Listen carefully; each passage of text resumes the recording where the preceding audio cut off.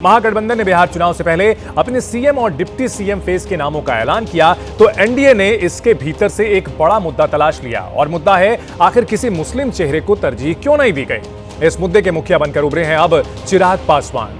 चिराग पासवान ने आज एक पोस्ट किया और लिखा कि 2005 में मेरे पिता स्वर्गीय रामविलास पासवान जी ने मुस्लिम मुख्यमंत्री बनाने के लिए अपनी पार्टी तक कुर्बान कर दी थी, तब भी आपने उनका साथ नहीं दिया।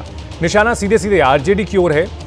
लिखा है उन्होंने कि 2005 में मेरे पिता स्वर्गीय रामविलास पासवान जी ने मुस्लिम मुख्यमंत्री बनाने के लिए पार्टी तक कुर्बान कर दी थी, तब भी आपने उनका साथ नहीं दिया। राजद 2005 में भी मुस्लिम मुख्यमंत्री के लिए तैयार नहीं थी। आज 2025 में भी ना मुस्लिम मुख्यमंत्री देने को तैयार है, ना उप मुख्यमंत्री।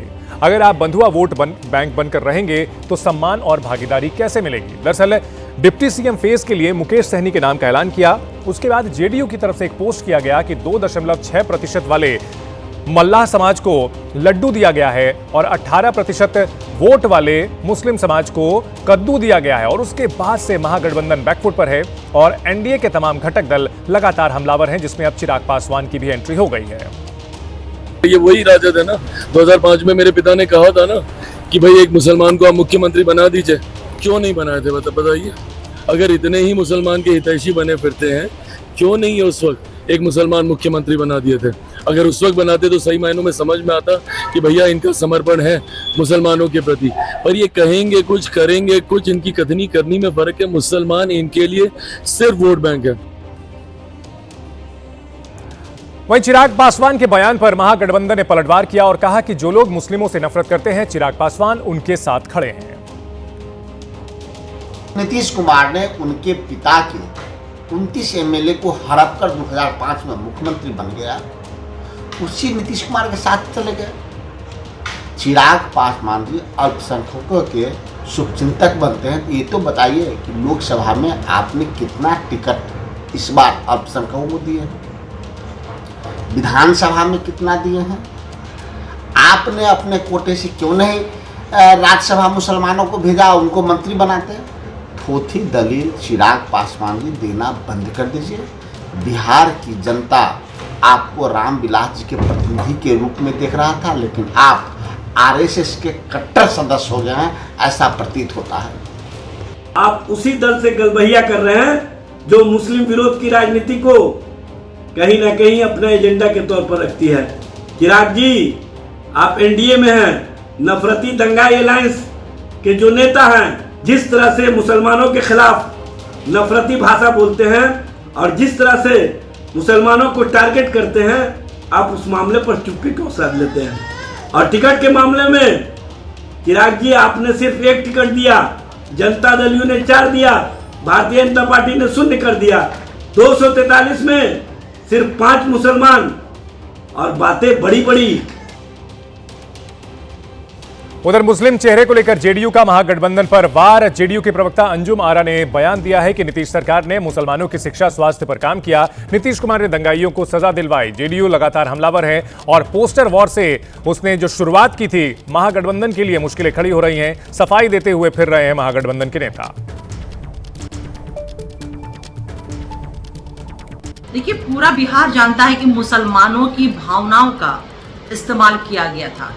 2005 के पहले मुसलमानों की हिस्सेदारी को लेकर के या उनके विकास को लेकर के किसी तरह के कभी किसी कार्य योजना पे काम ही नहीं हुए।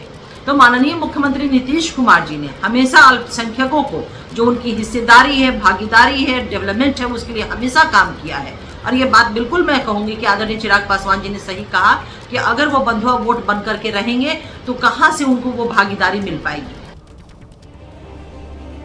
तो बतौर महागठबंधन के सीएम उम्मीदवार तेजस्वी यादव जब चुनाव प्रचार में उतरे तो उन्होंने कहा कि उनका सीएम बनना 14 करोड़ बिहारियों के सीएम बनने जैसा होगा। लेकिन महागठबंधन की चुनावी ऊर्जा का एक हिस्सा डिप्टी सीएम के नाम पर डैमेज कंट्रोल करने में खर्च हो रहा है। मुकेश सहनी को भावी डिप्टी सीएम घोषित किया गया, लेकिन किसी मुस्लिम को नहीं किया और इस पर कई बार सफाई देनी पड़ रही है।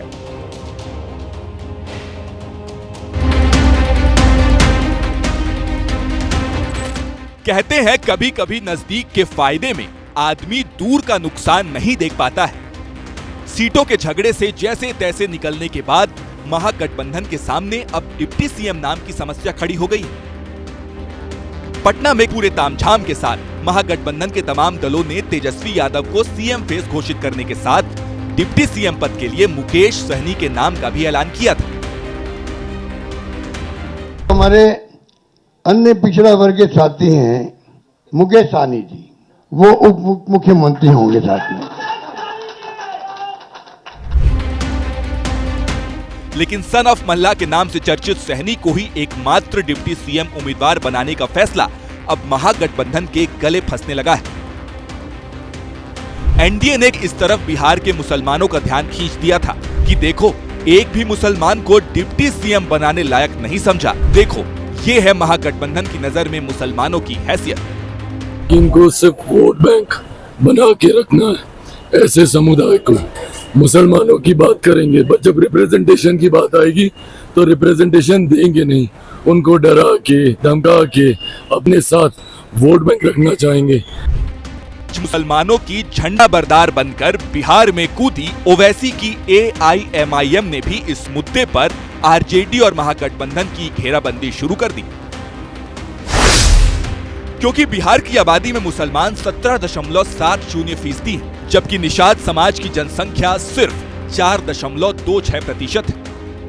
ओवैसी पहले ही कहते हैं कि आरजेडी और कांग्रेस ने मुसलमानों को सिर्फ रैलियों में दरी बिछवाने के लिए साथ रखा है। फिर मुसलमानों से पूछा कि लालू तेजस्वी तुम्हें डिप्टी सीएम क्यों नहीं बना रहे?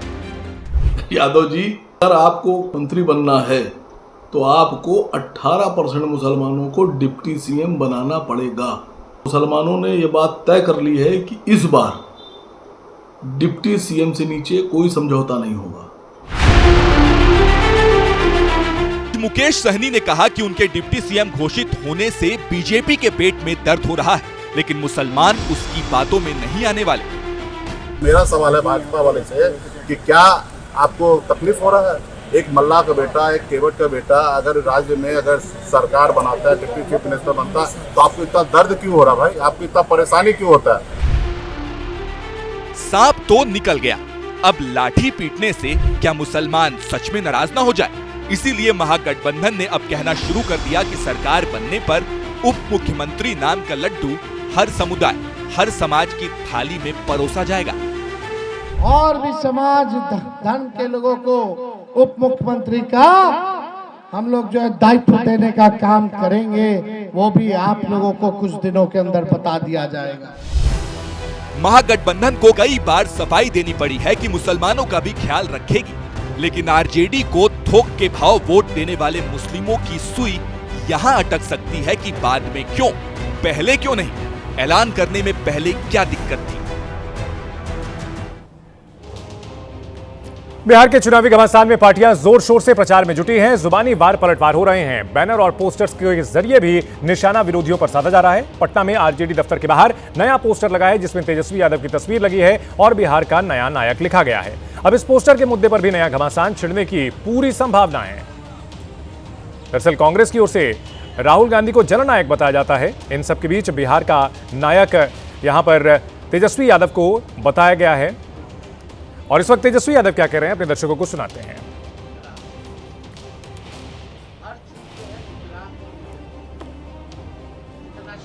बनाते हैं, अपने नाम पे बनवाते हैं, खेल कूद करवाते हैं तो गुजरात में करवाते हैं, लेकिन बिहार को उन्होंने केवल ठगा है और बिहार की जनता उनसे हिसाब मांग रही है।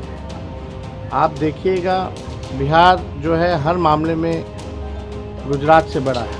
हर 10वां व्यक्ति जो है देश का वो बिहारी है, लेकिन उन्होंने बिहार के लिए क्या किया?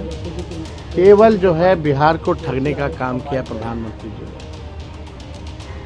जितना उन्होंने गुजरात को दिया उसका 1% भी नरेंद्र मोदी जी ने बिहार को जो है नहीं दिया।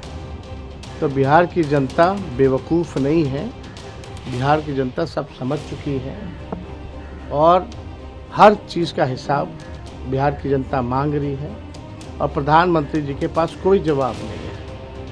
और आप देखिएगा, बीजेपी के लोग 2-3 दिन से इतने डरे हुए हैं